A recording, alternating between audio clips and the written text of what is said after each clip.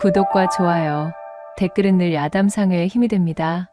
야담상회, 오늘의 이야기 시작합니다. 옛날 옛적 조선시대의 한 작은 산촌 마을이었던 병리골에서 길을 지나가고 있는 웬 선비 하나를 두고 고을 생원 2명이 신바람 나게 수군거리고 있었습니다. 어이구, 저것이 누구신가? 우리 마을에서 가장 유명한 총각 백면 선생께서 이리도 오래간만에 행차를 하셨구만 그래. 오라! 저치가 바로 그 유명한 백면서생 협택이로구만. 기생 오라비가 따로 없을 정도로 허여멀거나니 거참으로 곱구만 고아. 저리도 고아 마음에 차는 여자가 없으니 아직도 총각인가? 그들의 목소리에는 누가 봐도 아기가 가득한 조롱이 숨어 있었지요. 주거니 받거니 흥이 오른 그들의 대화는 점점 그 정도가 심해지고 있었습니다. 이끼, 이 사람 건웅이 지나치지 않은가? 하지만 말이야, 바른 말이지. 사실은 나도 궁금하기는 하다네. 사지가 멀쩡한 사내가 그래 저 나이를 먹도록 아직도 총각이라니 말이야. 우리가 모르는 어디 한 군데가 고장나 있는 게 아닌가 하는 의심이 든단 말일세. 이런 싱거운 사람을 보게나. 허나 말이 나왔으니 말인데 어디 그뿐이겠는가? 벌써 6번째인가 7번째인가? 과거에 연달아 낙방하고 있다지 아마? 허참 글쎄, 그렇다는구먼. 사시사철 손에 책만 붙들고 놓지를 않는다는데 허이거야 원. 참으로 희한하기가 그지없는 일일세, 그려. 으아하, 어허, 이 사람, 거 지나가는 백면서생이 듣겠네, 그려. 그런데 따지고 보면 사실 저 정도라 한다 하면 허심탄회하게 말해서 벼슬길엔 영 재능이 없는 것이 아니던가? 하늘조차도 저자의 벼슬을 원치 않는다고 보는 것이 타당하겠지. 이렇듯 두 사람이 배를 잡고 깔깔거리며 놀리는 상대는 다름 아닌 바로 이 병리골에서 2가지로 유명세를 가진 선비 협택을 향한 험담이었지요. 우선 첫 번째로 협택은 백면서생으로 유명하였는데 백면서생이란 얼굴이 하얀 서생이라는 뜻으로서 바깥 활동을 일절하지 않고 오로지 집에 틀어박혀 글만 읽으며 세상의 일에 경험이 부족한 일을 뜻하는 말이었습니다. 협택은 이 백면서생이라는 말이 이토록 잘 어울리는 인물이 또 있을까 싶을 정도로 찰떡인 사람이었답니다. 그리고 나머지 2번째로 이 협택은 곱상하고 허여멀건 외모와는 다르게 찰대로 찬홍기를 넘어 무르익어가고 있던 노총각이었습니다. 글자 나부랭이를 읊던 선비들 중 여색을 멀리하는 호인들도 있기는 한 법이었지만 이 협택은 그야말로 여자와는 손목 한번 맞대본 일이 없는 숙맥 중의 숙맥이었지요. 여자의 앞에만 서면 식은땀이 온몸을 지배하고 숨이 가빠와 호흡이 불안정해졌으며 동공은 지진이라도 난 듯 들곳을 잃어 파르르 떨리기까지 하였으니 이 모습을 알고 있던 고을의 선비들이 협택을 사내 망신은 혼자서 다 시키는 반푼이로 여기는 것도 무리가 아니었습니다. 게다가 그런 이력들과 함께 번번이 낙방하는 과거 시험의 이력까지 가지고 있었으니 아주 놀리기 손쉬운 먹잇감이 되어 있었던 것이었지요. 지금이라도 늦지 않게 서둘러 밭 깔고 땅 고르는 농사 기술이라도 좀 배우셔야 되는 거 아니려나 모르겠네, 그려. 으아하, 내 말이 바로 그 말 아니던가? 말이 선비지 저러다 입에 풀칠도 못하고 나자빠지기 딱 좋지 무엇인가? 그 공부만 붙잡고 있는다 하여 어찌 쌀이 나오겠는가? 떡이 나오겠는가? 아니라면 차만 여인네라도 나오겠는가? 와! 이 협택이 오늘처럼 어쩌다 고을 어귀라도 지나칠 때면 그를 발견한 고을의 생원이나 진사 같은 선비들이 저마다 한마디씩 협택을 향해 들으라는 듯 쑥덕거리기 일쑤였습니다. 매사 소심하고 원체 타인과 다투는 것을 즐기지 않는 성미였던지라 수컷스러움이 부족한 곱상하고 여린 협택의 외경까지 더해지니 사람들이 그를 낮잡아 보는 데에 한몫 거들고 있었던 것이지요. 협택은 자신을 향해 가감없이 날아오는 그들의 비아냥을 짐짓 들리지 않는 척 헛기침을 하며 무시하였습니다. 그 모습을 본 선비들의 웃음소리가 더욱 커지자 협택은 한숨을 쉬고는 고개를 숙이고 발걸음의 속도를 높여 빠르게 지나쳐 버렸지요. 올해의 급제자 발표가 끝나고 응시자들이 모두 돌아가 한산해진 과거 시험장. 기운 빠진 걸음으로 터벅터벅 나서는 이가 하나 있었으니 바로 협택이었습니다. 내 이다지도 열심히 책을 들여다본들 무슨 소용이겠는가. 과거 시험장에 당도하여 시제로 나오는 글자만 보았다 하면 내 머릿속이 마치 새하얀 화선지가 된 것 마냥 텅텅 비어버리니 말이야. 이게 도대체 어찌된 변고인지 참으로 답답한 노릇이구나. 잡아둔 주막의 방으로 돌아온 그는 근심 어린 자조를 섞은 한탄을 구슬프게 읊고 있었습니다. 자신을 향한 마을 사람들의 비아냥이 허튼 소리는 아니었던 것이, 협택은 도통 과거길에만 오르면 제 본 실력을 펼치지 못하는 이상한 불운함을 가지고 있었기 때문에 연일 낙방의 고배를 마시고 있던 선비였지요. 수많은 밤을 새며 무수히 많은 나날 동안 그렇게 열심히 공부하였으나 곳간에 쌀 가마를 재듯 머릿속에 쌓아놓았던 그 많은 시제와 답안들은 과거 시험 당일 꼭 중요한 그 순간 써내려가야 될 때가 되면 새하얀 백지가 되어 날아가 버리고 말았습니다. 7.8기의 자세를 종용하던 이들도 이러한 낙방의 맛을 겪어온 것이었을까요? 그리하여 그런 멋은 있어 보이나 쓸모는 없는 말을 만들어낸 것이었을까요? 이번이 정말로 마지막 기회라고 생각했던 7번째 과거에 또 낙방을 하고만 협택의 실망감은 말로 다 할 수 없는 지경이었습니다. 그리하여 큰 한숨으로 방을 채우고는 이 지긋지긋한 공부를 때려치우기로 마음을 먹었습니다. 고향으로 돌아가면 자신의 책들을 모두 아궁이에 던져 넣고 불쏘시개로 만들어 불태워버릴 작정이었지요. 고을 사람들의 말이 하나 틀린 것이 없도다. 이리도 열심히 문을 두드렸으나 손에 쥐지 못한다는 것은 예게는 재능이 없다는 말과 같은 게지. 협택은 답답한 마음에 밖으로 나와 한양의 한허름한 주막에서 쓰디쓴 고배의 잔을 마셨습니다. 그는 무겁게 마음을 짓누르던 과거 시험의 악몽을 떨치려 평소 입에도 대지 않던 탁배기를 연거푸 들이키고 있었지요. 이제 모든 걸 포기하고 낙향하면 내 언제 다시 이 한양에 발을 들여보겠는가. 내일부터는 그저 마음의 짐을 내려놓고 노자가 떨어질 때까지 여기저기 구경이나 다녀보아야 하겠구나. 이제 과거 시험도 포기한 마당에 이 드넓고 국적이는 한양 땅을 언제 또 밟아보랴 싶어진 협택은 날이 밝자마자 짐을 꾸려 나들이 길에 나섰습니다. 자신을 과거 시험에 낙방시킨 한양 바닥이 웬수같이 느낄 법도 하련만 이곳저곳 풍물 가게들을 둘러보다 보니 협택은 배알도 없이 눈에 쌓이는 즐거움에 그만 자신도 모르게 신바람이 들었습니다. 그렇게 한참을 한양의 저작거리를 헤매며 나들이 산매경에 빠져있던 중 행락객들이 빠져나간 으슥한 골목에서 차림새가 허름한 초로의 노선비 한 명이 쓰러져 있는 것을 발견하였지요. 아니, 이보시오! 거기 괜찮으십니까? 정신 좀 차리십시오! 놀란 협택이 불이 나게 달려가 노선비를 일으켜 세우자 그가 기운이 쏙 빠진 목소리로 중얼거렸습니다.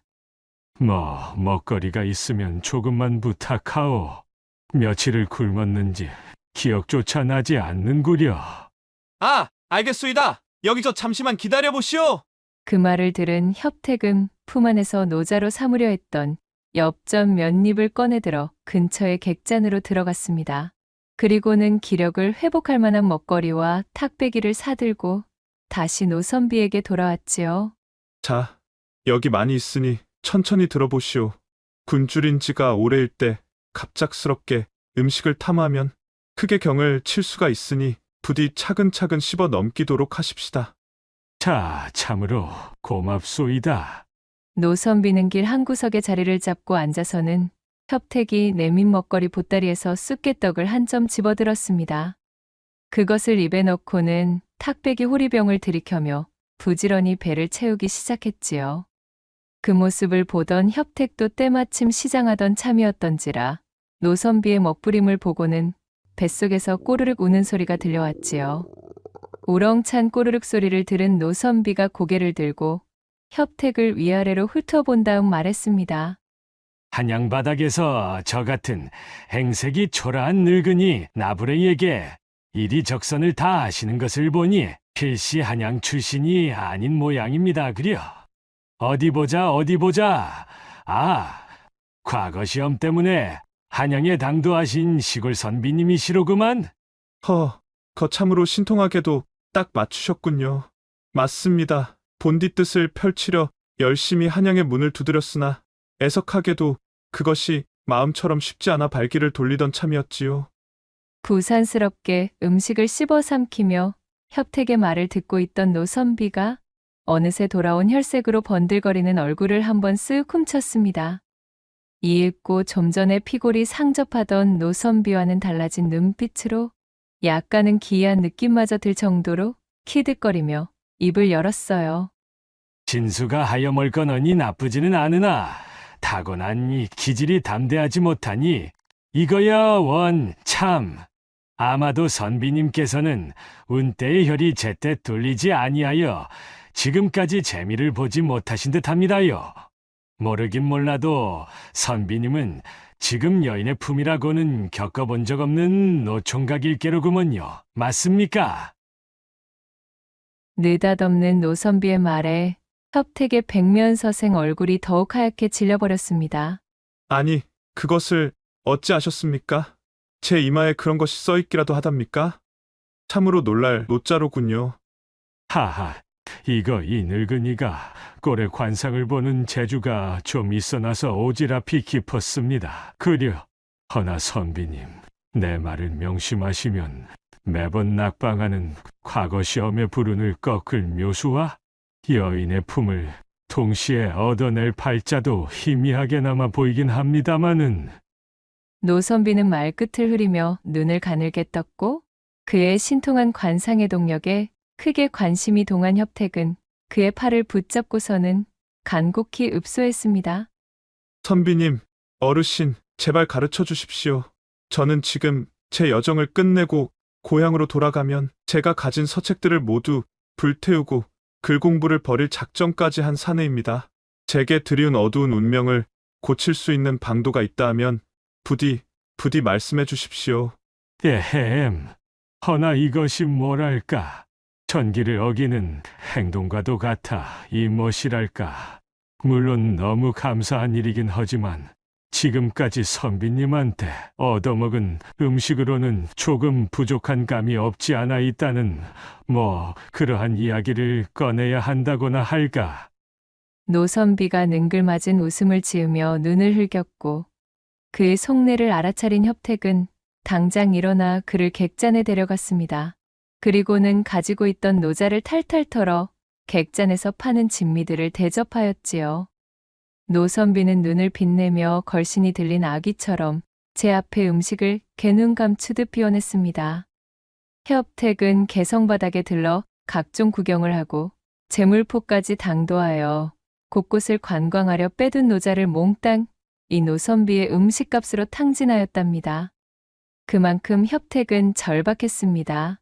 입 밖에 낸 적 없는 사실들을 줄줄 읊는 이 노선비와의 우연한 인연이 협택을 살려줄 동아줄이 될 수도 있다는 생각에 그는 앞뒤 잴 겨를이 없었습니다. 그러나 기세 좋게 객잔에서 나온 음식들을 모두 비워낸 노선비는 한 상 잘 얻어먹었다는 듯 제 배를 퉁퉁 두드리며 거만하게 좌탁에 기대서는 협택을 향해 말하는 것이었습니다. 선비님의 본성 그대로, 지금까지 살던 그대로, 늘상 해오던 그대로 그렇게 사시면 되시겠다, 이 말씀이지요. 그리하면 얼어붙어 있으나 온몸이 달아오른 처자와 좋은 일이 있겠소이다 그려. 노선비가 들려줄 천기누 설급의 이야기에 잔뜩 기대를 하고 있던 협택은 그의 뜬구름 잡는 실망스러운 이야기에 어리둥절하여 물었습니다. 아니, 어르신, 지금까지 살아온 대로 지내라니 그것이 정령 천기를 어길 정도의 숨겨진 비법이랍니까? 요 모양 요 꼴로 지내온 인생을 좀 바로잡고자 여쭌 것인데 하던 대로 하라는 것이 대체 무슨 말씀이십니까?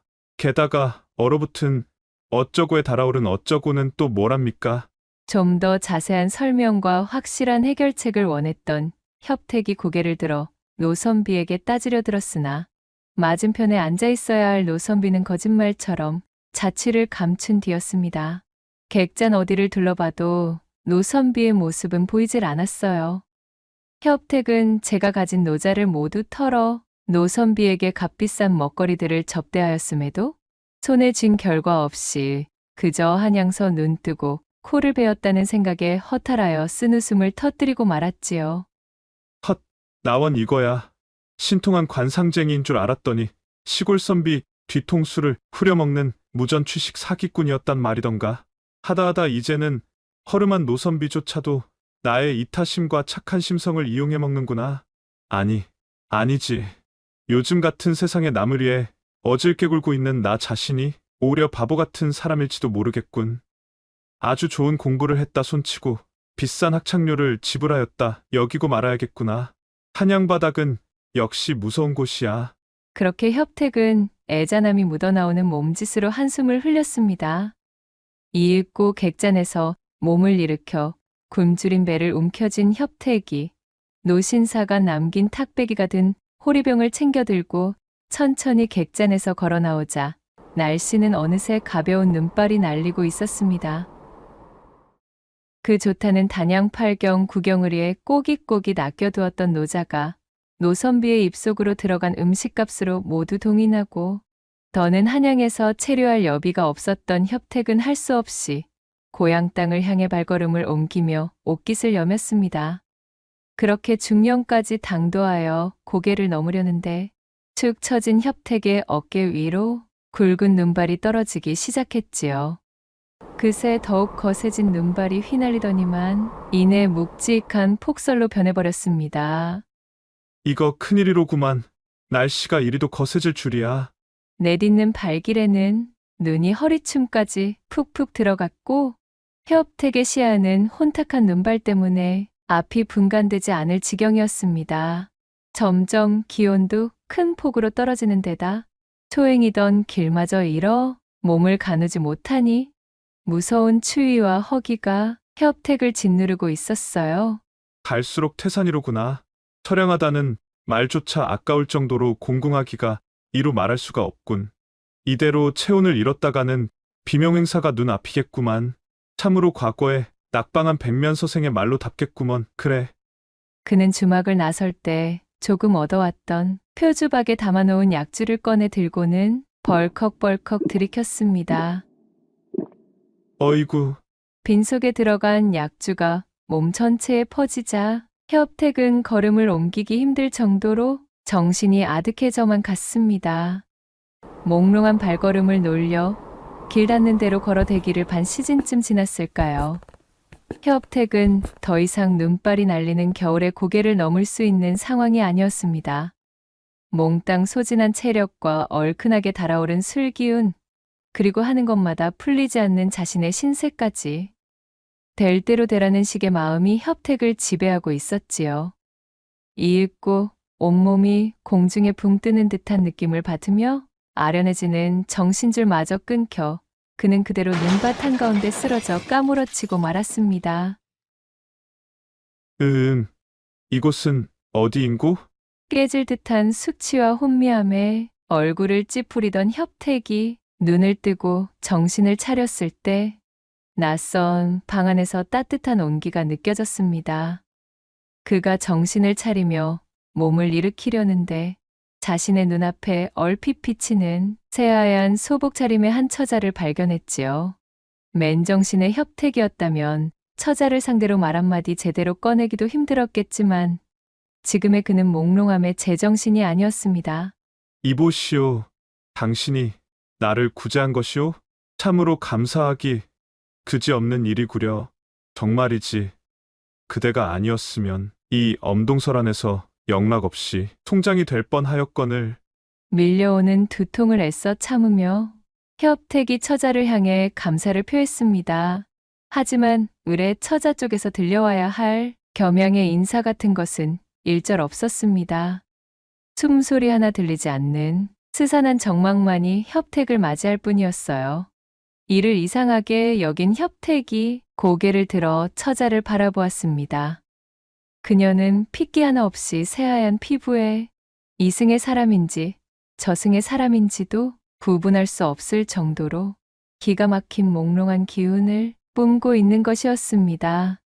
저기, 이보시오. 뭐라 대꾸를 좀 해주지 않으시겠소?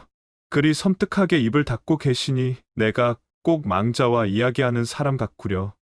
주변에는 아릿하게 퍼진 향내음이 협택의 코를 간지럽히고 있었지요.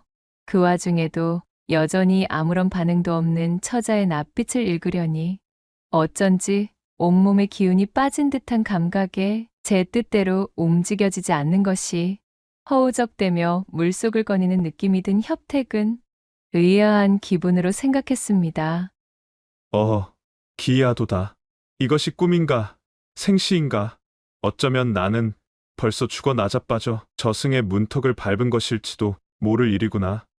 뭐가 뭔지 알 수 없는 몽롱함에 취해 불현듯 자신의 신세가 비참해진 협택은 피식 웃으며 이 종잡을 수 없는 어지러운 상황을 그저 받아들이기로 마음먹었습니다. 바로 그때였어요.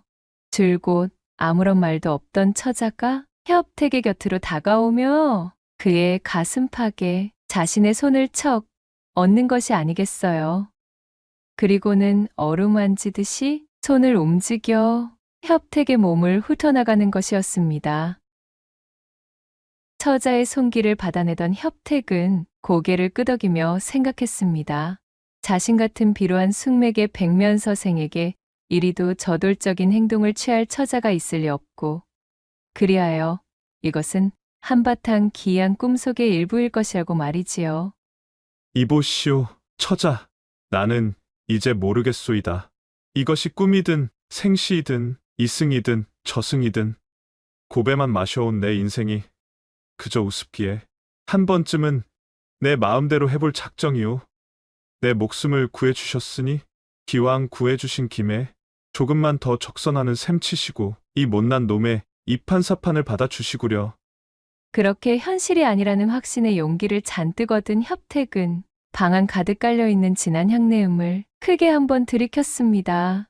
그리고는 방 한쪽에 어슴풀에 켜져 있던 송화를 끄고 처자의 곁으로 다가섰지요. 그리하여 비몽사몽간에 사랑을 나누게 된 협택.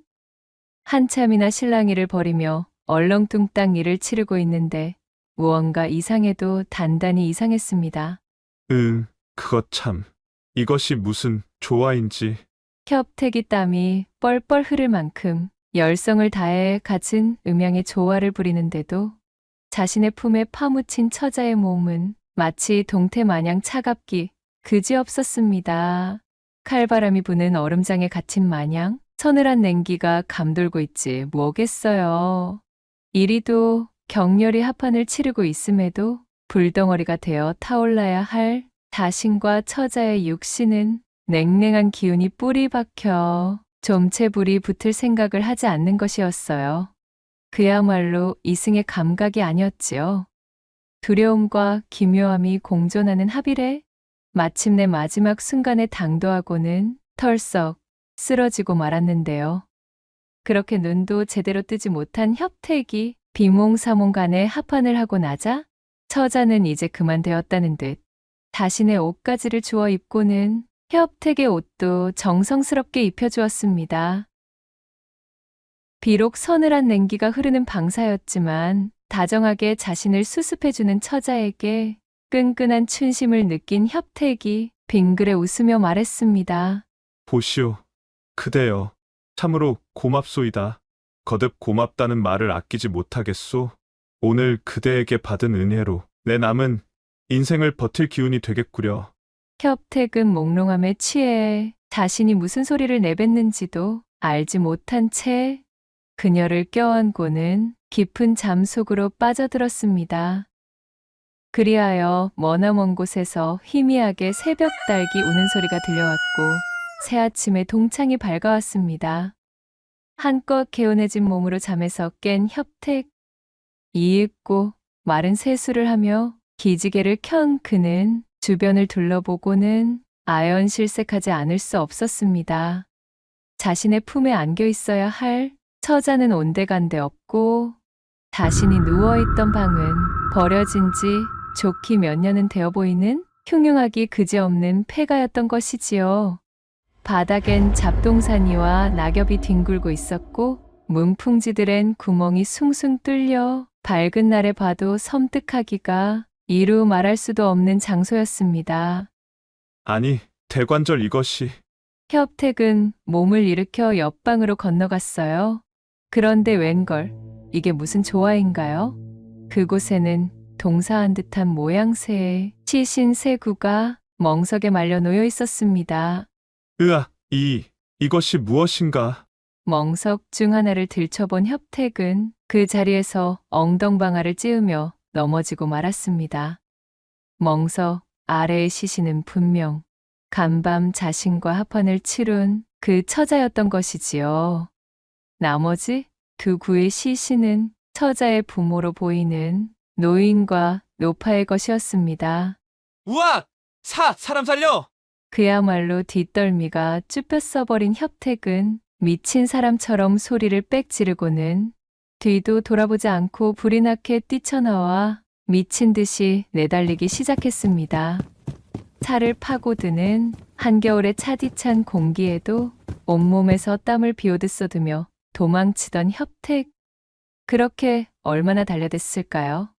헐떡거리는 숨을 고르며 잠시 멈춰 서고는 뒤를 돌아 자신이 도망쳐온 폐가 쪽을 바라보았습니다. 한껏 땀을 빼자 비로소 머리가 맑아져 생각이 올바로 선 것이었지요. 협택은 입김이 펄펄 나오는 중령 한복판에 멈춰선 채 고개를 저었습니다. 아니지, 아니야. 내 비록 입신양명은 하지 못하였기로서니 마지막까지 이리 부끄럽게 행동할 수야 없지. 이승의 사람이었든 저승의 사람이었든 간밤 내 목숨을 구해준 존재 아닌가. 얘도 다하지 않고 내빼는 것은 금수만도 못한 처사일이라. 협택은 침을 꿀꺽 삼키고는 이내 굳게 마음을 정한 듯 발길을 되돌려 폐가로 돌아갔습니다. 그는 정성스레 시신을 수습하고는 마당에 널브러져 있던 호미 하나를 주워들었습니다. 그리고는 남양의 햇살이 잘 드는 뒷산자락으로 당도하여 눈을 치우고 구덩이 3개를 팠습니다. 꽁꽁 얼어붙은 땅바닥을 파내는 것이 여간 힘든 일이 아니었지만 그는 자신의 도포 자락이 더럽혀지는 것도 아랑곳하지 않고 열심히 땅을 파내려 갔습니다. 휴, 그래 이 정도면 얼추 되었다고 볼 수 있겠구나. 협택은 파낸 자리에 정성스레 세 사람을 묶고는 끙끙거리며 땅을 덮어 봉분도 올려주었습니다. 표주박에 남아있던 약주도 한 잔씩 따르고 어설프지만 제도 지내 그들의 넋을 기려주었지요. 부디 극락왕생하소서.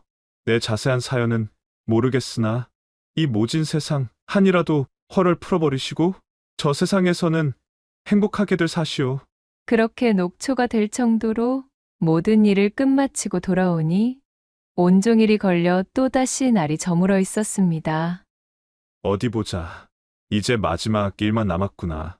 잠시 묵념하며 마음속으로 예를 올린 그는 곰방대를 붙이던 부싯돌을 꺼내 들어 처연하게 자리 잡고 있던 폐가에 불을 놓았습니다. 이로써 다른 나그네들이 홀릴 일은 없겠지. 이젠 모든 것이 홀가분하고 안심이로구나. 활활 타오르는 폐가의 불을 바라보는 협택의 얼굴에는 힘들고 지쳤지만 뿌듯한 개운함이 서려 있었어요. 성큼성큼 발걸음을 내디뎌 지친 기색도 느끼지 못할 기세로 산 넘고 물을 건너 그렇게 정처 없이 밤길을 걷다 보니 어느새 협택의 눈앞에 주막 하나가 들어왔습니다. 귀신이라도 씬 몰골로 들이닥친 협택을 본 주모가 화들짝 놀라며 입을 열었지요. 어이구, 송장이라도 치우고 온 사람 행색이시오. 협택의 사연도 모른 채 농일합시고 건넨 그 말에 협택은 쓰게 웃고는 말했습니다. 뭐 그럭저럭 비슷하오. 그나저나 여기가 대체 어디오? 내 길을 잃고는 하염없이 걷다 보니 예까지 당도하였는데 도통 어디인지 모르겠구려. 그리고는 주모에게 자신한테 일어났던 꿈만 같던 그 모든 상황들을 몽땅 설명해 주었지요. 그의 이야기를 가만히 듣고 있던 주모가 별 희한한 사람 다 보겠다는 표정으로 말했습니다. 예끼 여보시오. 그 말을 나더러 믿으라는 것이오. 선비님께서 말씀하신 그 중령곡에는 여기서 자그마치 150리도 넘게 떨어진 곳이요. 눈이 잔뜩 쌓인 그 험하디 험한 산길을 하룻밤 사이에 이리 당도할 수 있는 거리가 아니라 이 말이오. 꿈속의 여인과 가지신 시간은 퍽 재미가 좋으셨겠지만은 약주가 지나치셨거나 아직 꿈에서 헤어나지 못한 모양입니다. 그려. 들어본 소리 중에 가장 믿을 수가 없는 소리구만. 싱거운 소리 그만하고 방에 들어가 뜨끈하게 몸이라도 녹이시오. 아실란가 모르겠소만은 선비님 몸에서 시치가 진동을 합니다요. 협택의 말을 믿지 못하는 주모가 뱉은 시치라는 말에 협택은 그저 웃어버렸습니다. 시취라. 하기사, 그렇겠지. 나조차도 내게 일어난 일들을 믿을 수 없으니 말이오. 그는 쓰게 웃어 보이고는 주모가 안내한 방으로 들어갔습니다. 그리고는 쓰러져 눕자마자 밀려오는 엄청난 피로감에 협택은 까무러치듯 잠에 빠져들고 말았어요. 선비님, 이리 꿈에 찾아온 것을 용서해 주셔요. 어렴풋이 들려오는 여인의 목소리. 협택은 겨우 실눈을 뜨고 귀를 열어 여인의 음성이 나오는 곳을 바라봤습니다. 지난 밤 자신이 품었던 새하얀 소복의 그 처자였지요. 그녀는 다소곳이 정돈된 모습으로 협택을 내려다보고 있었습니다. 이윽고 그녀가 협택에게 큰 절을 올리고는 눈물을 쏟아내며 나긋나긋 이야기를 시작했어요. 작년 가을 마을에 역병이 돌아 마을 전체가 졸지에 병사하여 풍비박산이 나고 말았습니다. 저와 저희 부모님 역시도 그때 화를 입어 누구 하나 수습해 줄 사람이 없어 그렇게 비참하게 죽고 한만 가득 쌓인 터였지요.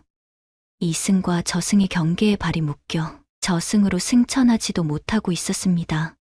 관연한 처지에 혼인도 하지 못한 채 그리 비명행사하고 말았으니 제 부모님의 시름 또한 말도 할 수 없었습니다. 그러나 간밤 선비님께서 저를 품어주신 덕분으로 소녀와 부모님은 드디어 발을 뻗고 하늘 풀어 승천할 수 있게 되었답니다. 이제 이승을 떠나 원 없이 저승으로 가려 하니 가기 전 이 은혜 두고두고 잊지 않겠다는 말을 전하려 이렇듯 찾아뵈었습니다. 협택은 참으로 안타까운 그녀의 사연을 침통한 표정으로 통감해 주었습니다. 어허, 이리도 딱할 수가. 내 그리 큰일을 한 것도 아니고 여인 덕에 내 목숨도 부지할 수 있었던 바. 마음 쓰지 마시고 부디 극락왕생하시기를 바라겠소. 협택이 진심 어린 염려를 건네며 고개를 끄덕이자 처자는 밝게 웃어 보이고는 연신절을 하며 답례를 했습니다. 그리고는 입을 열었지요. 소녀가 마지막으로 한 가지 더 드릴 말씀이 있사옵니다. 부디 한 번만 더 과거를 보십시오. 글 공부를 그만두시고 책을 불태워버리실 심산이셨겠지만 마지막으로 한 번만 더 과거에 정진해 주셔요.